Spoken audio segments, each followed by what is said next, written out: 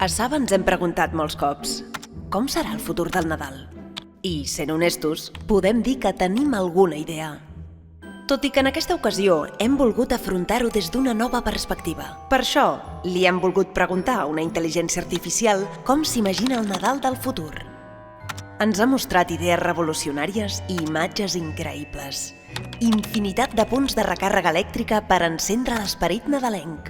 Persones que troben el vehicle que necessiten a l'aparcament i que compren el producte que els interessa a través del mòbil. Que entren i surten per una porta màgica sense passar pel caixer i recullen els seus regals al costat del cotxe a qualsevol hora del dia. Quin Nadal ens espera, oi?